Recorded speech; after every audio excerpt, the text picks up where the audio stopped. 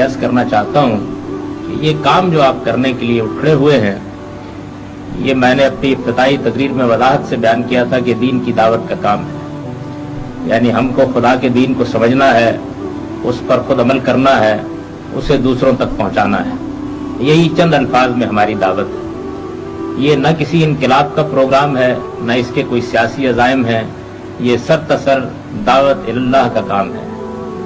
اور جب یہ دعوت اللہ کا کام ہے تو اس کے کرنے والوں کے ہاں سب سے زیادہ اہمیت جس چیز کی ہونی چاہیے وہ یہ ہے کہ ان کے پروردگار کے ساتھ ان کے تعلق کی نوعیت کیسی ہے۔ یہ بات سمجھ لیجئے کہ دین کے لیے آپ جتنے پروگرام چاہے بنا لیں، جیسی سرگرمیاں چاہے کر لیں، لیکن اگر اللہ تعالیٰ کے ساتھ آپ کے تعلق میں اضافہ نہیں ہو رہا اور بندے اور خدا کے درمیان وہ صحیح رشتہ نہیں قائم ہو رہا جو قائم ہونا چاہیے، تو یہ خیال کر لینا چاہیے کہ کوئی غلطی ہو رہی ہے۔ اس لیے ہر موقع پر، ہر لمحے اس بات پر نگران رہنا چاہیے کہ یہ اصل چیز جو دین سے مطلوب ہے یہ کہیں نگاہوں سے اوجھل نہ ہو جائے۔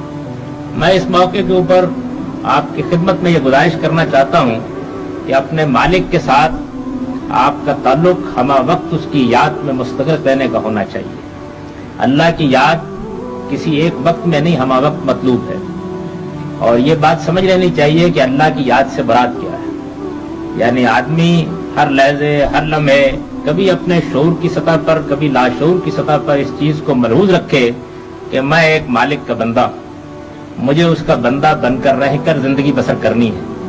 میری بندگی کا تقاضا یہ ہے کہ میں اس کے سامنے صرف گندہ بھی رہوں، اور صرف میرا سر ہی نہیں، میرا دل بھی ہمہ وقت اس کے سامنے جھکا ہوا ہے۔ اللہ تعالیٰ کے ساتھ اس تعلق کے لیے سب سے بڑی چیز یہی ہے کہ آپ اللہ تعالیٰ کی صفات پر غور کرتے رہیے۔ یعنی پروردگار نے قرآن مجید میں اپنی جو صفات بیان کی ہیں وہی سارے دین کی بنیاد ہیں۔ خدا کی رحمت، خدا کی قدرت، خدا کی حکمت، خدا کا عدل، یہ وہ چیزیں ہیں کہ جن کا اگر صحیح توازن آدمی کے ذہن میں قائم رہے تو پھر اس کا لمحہ لمحہ خدا کی یاد میں بسر ہوتا ہے۔ آدمی کے لیے یہ دوام ذکر جو مطلوب ہے، اس کا بہترین نمونہ نبی صلی اللہ علیہ وسلم نے پیش فرمایا ہے۔ گفتگوؤں میں اٹھتے ہوئے، بیٹھتے ہوئے، جاتے ہوئے، آتے ہوئے جو پاکیزہ کلمات رسالت مآب صلی اللہ علیہ وسلم کی زبان سے نکلتے رہے وہی دعاؤں کی صورت میں ہمارے پاس موجود ہے۔ کبھی توفیق ہو تو وہ دعائیں پڑھیے، آپ کو معلوم ہوگا کہ وہ توحید کا کیسا خالص نمونہ ہے۔ اس میں ایک بندے اور خدا کے تعلق کی کیسی غیر معمولی تعبیریں ہیں، اس میں کس طریقے کی سرفگندگی ہے، کیسا عجز اور کیسی درماندگی ہے۔ ایک بندہ کس طرح اپنے مالک کے سامنے ڈھہ گیا ہے، اس نے جس کو اپنا پروردگار سمجھا ہے اس کے معاملے میں اس کے جذبات اور احساسات کیا ہے۔ رسالت پاک صلی اللہ علیہ وسلم کی دعاؤں میں اس کے ایسے بے نظیر نمونے ہیں کہ آپ کبھی پڑھیں گے تو آپ احساس کریں گے کہ بندگی یہ ہوتی ہے اور بندگی کا احساس یہ ہوتا ہے۔ آدمی جس کو خالق مانتا ہے اس کے ساتھ اس کے تعلق کی نوعیت کیا ہوتی ہے؟ ایک زندہ تعلق اپنے مالک کے ساتھ، ایک بیدار تعلق اپنے مالک کے ساتھ۔ وہ حی اور قیوم ہے تو بندہ بھی اس کی صفت کے استحضار کے ساتھ اس سے متعلق رہے، اور ہر موقع کے اوپر یہ خیال کرے کہ مجھے اسی کو یاد رکھنا ہے۔ خدا کی یہی یاد ہے جس کو نماز کی صورت میں محفوظ کرنے کی کوشش کی گئی۔ نماز کچھ نہیں ہے مگر یہ کہ خدا کو یاد کرنے کا ایک طریقہ۔ یہی وجہ ہے کہ قرآن مجید نے یہ فرمایا کہ اقم الصلاۃ لذکری، نماز کا اہتمام رکھو اس لیے تاکہ میں تمہیں یاد رکھوں۔ تو خدا کی یہ یاد ہی نفوس کا تزکیہ کرتی ہے، یہی انسان کو آلودگیوں سے بچاتی ہے۔ یہی وجہ ہے کہ قرآن مجید نے نماز کی ایک حکمت یہ بیان کی ہے کہ ان الصلاۃ تنہی عن الفحشاء والمنکر، یہ نماز تم کو برائیوں سے روکتی ہے، یہ نماز تم کو فحش باتوں سے روکتی ہے۔ روکتی ہے، روک دیتی نہیں۔ روکتی کا مطلب یہ ہے کہ یہ ایک زاجر بن کے، ایک معلم بن کے بار بار توجہ دلاتی، تنبیہ کرتی۔ جب آدمی مسجد کی طرف جاتا ہے، اپنے رب کی آواز پر لبیک کہتا ہے، مؤذن اس کو پکارتا ہے اور وہ اس کے سامنے حاضر ہونے کے لیے لپکتا ہے، وضو کرتا ہے، اپنے وجود کی طہارت حاصل کرتا ہے۔ اگر صحیح شعور کے ساتھ کرے تو یہی طہارت روح کے اعماق میں اتر جاتی ہے، اور جب وہ اپنے مالک کے سامنے کھڑا ہوتا ہے، صرف گندہ ہوتا ہے، رکوع کرتا ہے، سجود کرتا ہے، تو خدا کا ذکر اپنے تمام و کمال کے ساتھ وجود میں آ جاتا ہے۔ خدا کی اس یاد کو ہمیشہ قائم رکھیے۔ دین کے کام میں ہنگامہ بازیاں بہت عام ہو گئیں، دنیوی مقاصد نے غیر معمولی اہمیت اختیار کر لی، انقلابی تصورات نے بہت غلبہ پا لیا، لیکن سچی بات یہ ہے کہ اس کی اساس یہی ہے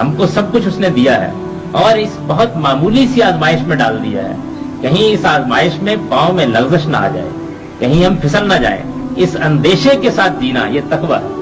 اسی کو ڈر سے تعبیر کیا جاتا ہے. یہ انسانی زندگی کی تعمیر کرتا ہے. انسانی زندگی کی تعمیر اسی سے ہوتی ہے. آپ اگر اس اندیشے سے خالی ہو جائیں تو اس کے بعد انسانی زندگی تخریب کی طرف لڑک جاتی ہے. اس تعمیر کے لیے یہ تقویٰ ضروری ہے اور اس تقوی میں آپ ہر چیز پر نگران رہیے. اور میں نے جس طرح کی اب بھی سوالات کے جواب دیتے ہوئے عرض کیا کہ اس میں کسی سے کوئی فتویٰ پوچھنے کی ضرورت نہیں ہوتی. اس کا فتویٰ ہمیشہ اپنے دل سے پوچھیے. وہ آپ کو صاف صاف یہ بتا دے گا کہ کون سی چیز آپ کو آلودہ کر رہی ہے اور کون سی چیز آپ کی تطہیر کا باعث بن رہی ہے. کہاں سے آپ کو پاکیزگی حاصل ہو رہی ہے اور کہاں سے آپ غلاظت اپنے اوپر انڈھیل رہے ہیں. یہ آپ کا دل, آپ کا نفس, آپ کا ضمیر ہر لحظے آپ کو بتاتا ہے اور ایک لمحے کے لیے بھی اس میں کوئی خیانت نہیں کرتا. اور اس کا فتویٰ غیر معمولی طور پر صحیح فتویٰ ہوتا ہے. ہمیشہ اس کے بارے میں متنبع رہیے. جب وہاں سے کوئی چیز بتائی جائے اس نفس لوامہ سے, اس پر کام کریے. خدا کی شریعت کی روشنی میں اس کا جائزہ لے لیجئے اور اس کے بعد کوشش کیجئے کہ خدا سے ڈرتے ہوئے زندگی بسر کریں. یہ جو تقویٰ ہے یہی در حقیقت وہ رویہ ہے جو ایک مسلمان کو اپنے اندر پیدا کرنا ہوتا ہے. یعنی ہر وقت اندیشہ ناک رہ کر زندگی بسر کرنا. اس لیے کہ ایک بڑی نازک صورتحال ہے جس سے انسان کو دوچار کر دیا گیا ہے. اس کو غیاب میں ڈال دیا گیا ہے. اس کے گرد لذات کی ایک دنیا پیدا کر دی گئی ہے اور اس کو ایسے معاملات میں گھیر دیا گیا ہے جس میں قدم قدم پر مختلف چیزیں اس کو اپنی جانب کھینچتی ہیں. اور اس میں اس سے یہ تقاضا کیا گیا ہے کہ وہ اپنے رب سے متعلق رہے, اپنے مالک سے متعلق رہے, اپنے بنانے والے سے متعلق رہے اور اس کا یہ تعلق خالص بھی ہو, اس کا یہ تعلق معاہدانہ بھی ہو, اس کے اس تعلق میں اپنے پروردگار پر غیر معمولی اعتماد بھی ہو, اپنے مالک پر غیر معمولی بھروسہ بھی ہو, اس کا یہ تعلق تفویض اور توکل کا تعلق ہو. وہ اپنے مالک کے سپرد اپنے معاملات کر کے رکھے, وہ اس سے ہمیشہ اچھے نتائج کی توقع رکھے. وہ اس طرح جیے کہ جس کے نتیجے میں خدا کی غیر معمولی محبت اس کو حاصل ہو جائے. تو یہ تقویٰ اپنی زندگی کا رخ متعین کرنے کے لیے ہر موقع کے اوپر ضروری ہے. گھر میں, باہر, دفتر میں, منڈی میں معاملات کرتے ہوئے اندیشہ ناک رہیے کہ ایک نگاہ آپ پر نگران ہے. آپ کو دیکھا ہے کوئی دیکھنے والا. ساری نگاہیں جب ختم ہو جاتی ہیں اور سب آنکھیں جب بند ہو جاتی ہیں اور دنیا پر جب تاریکی چھا جاتی ہے اور جب روشنیاں گل کر دی جاتی ہیں, اس وقت بھی ایک نگران ہوتا ہے جو دیکھ رہا ہوتا ہے. آپ 3 ہوتے ہیں تو وہ چوتھا ہوتا ہے, آپ 4 ہوتے ہیں تو وہ 5واں ہوتا ہے. وہ ہر مقام پر ہمارے ساتھ ہوتا ہے. اس کی اس نگرانی سے لمحے بھر کے لیے بھی آدمی کو نچنت اور بے خوف نہیں ہونا چاہیے. یہ نگرانی علم میں بھی ہونی چاہیے, یہ نگرانی عمل میں بھی ہونی چاہیے, یہ نگرانی دوسروں کو دعوت دیتے ہوئے بھی ہونی چاہیے. ہر موقع پر اس بات کا خیال رکھیے کہ آپ اپنے مالک کے لیے جی رہے ہیں, مالک کا کام کر رہے ہیں اور دنیا میں آپ کا منتہا مقصود اس کے سوا کچھ نہیں ہے کہ جب اس دنیا سے آپ رخصت ہوں تو آپ کے لیے جنت کا فیصلہ ہو جائے. اصل مارکا جنت اور جہنم کا مارکا ہے, کسی انقلاب اور کسی تخریب کا مارکا نہیں ہے. جنت اور جہنم کے اس مارکے میں آدمی کو شیطان کو شکست دینی ہے اور فتح یاب ہو کر اپنے پروردگار کے حضور میں پہنچنا ہے. یہ فتح حاصل ہوگی تو تقوی سے حاصل ہوگی, خدا کے ساتھ اندیشے کا تعلق قائم کرنے سے حاصل ہوگی. پھر اس اندیشے کے ساتھ خدا سے وہ محبت قائم کیجئے جس محبت کا قرآن نے ہم سے تقاضا کیا. ہم کو اس نے بتایا ہے کہ تمہارے پروردگار کے ساتھ تمہارا تعلق یہ ہونا چاہیے کہ جب اس کے مطالبات سامنے آ جائے, اس کی رضا جوئی کا کوئی معاملہ ہو تو بغیر کسی تردد کے آدمی اس کی آواز پر لبیک کہے. یہ جو ہم حج میں تلبیہ پڑھتے ہوئے حاضر ہوتے ہیں, لبیک اللہم لبیک, لبیک اللہم لبیک, یہ صرف الفاظ نہیں ہے, یہ ایک مومنانہ زندگی کی تعبیر ہے. اس مومنانہ زندگی کے ساتھ آدمی جب بسر کرتا ہے تو گویا شب و روز میں یہی کہتا ہے کہ لبیک اللہم لبیک, لبیک اللہم لبیک. پروردگار میں حاضر ہوں, تیری آواز آئی ہے تو حاضر ہوں, تیرے مؤذن نے پکارا ہے تو حاضر ہوں, تو نے تنبیہ کیا تو حاضر ہوں, تو نے جن چیزوں سے روکا ہے تو میں ہر وقت اس کے لیے متربع ہوں کہ میں کبھی اپنا قدم اس جانب نہ رکھوں. تیرے محارم کے بارے میں, تیری قائم کردہ حدود کے بارے میں میں ہر موقع کے اوپر متربع رہ کر زندگی بسر کرتا ہوں. میرے مالک میں حاضر ہوں, میں حاضر ہوں. تو یہ تلبیہ جو آپ حج کے موقع پر پڑھتے ہیں اس کو رسم نہ سمجھیے, اس کو زندگی بنائیے. یہ اصل میں ہر موقع پر ہونا چاہیے. 5 وقت کو نماز کے لیے مؤذن پکارتا ہے حی علی الصلاۃ, حی علی الفلاح, تو تب تو آپ کو حاضر ہونا ہی چاہیے. لیکن یہ حاضری اصل میں زندگی کے ہر معاملے میں ہونی چاہیے, ہر معاملے میں. اس لیے کہ خدا کی آواز ہر موقع پر آ رہی ہوتی ہے. آپ کوئی کام کر رہے ہوتے ہیں تو یا صبر کا موقع ہوتا ہے یا شکر کا موقع ہوتا ہے, لوگوں سے آپ معاملات کر رہے ہوتے ہیں تو یا صحت ہوتی ہے یا اس میں غلطی ہوتی ہے، آپ کوئی کام کر رہے ہوتے ہیں اس میں خیر ہوتا ہے یا شر ہوتا ہے، تو خدا آپ کو رحمت اور خیر کی طرف بلاتا ہے اور شیطان شر کی طرف بلاتا ہے۔ ہر موقع کے اوپر آدمی کو یہ فیصلہ کرنا پڑتا ہے کہ وہ کس کی آواز پر لبیک کہہ رہا ہے، تو یہ کوشش کرنی چاہیے کہ اپنے مالک کی آواز پر لبیک کہا جائے۔ اور یہ لبیک جب آدمی دل کی آمادگی سے کہتا ہے، خلوص سے کہتا ہے، جب اپنے رب کی طرف لپٹ کر کہتا ہے، جب اس کے پیچھے محض قانون کی طاقت نہیں ہوتی بلکہ آدمی کی روح کی گہرائیوں سے یہ آواز اٹھتی ہے کہ مالک میں حاضر ہوں، تو در حقیقت یہ وہ چیز ہے جو آدمی کے اندر خدا کی سچی محبت پیدا کرتی ہے۔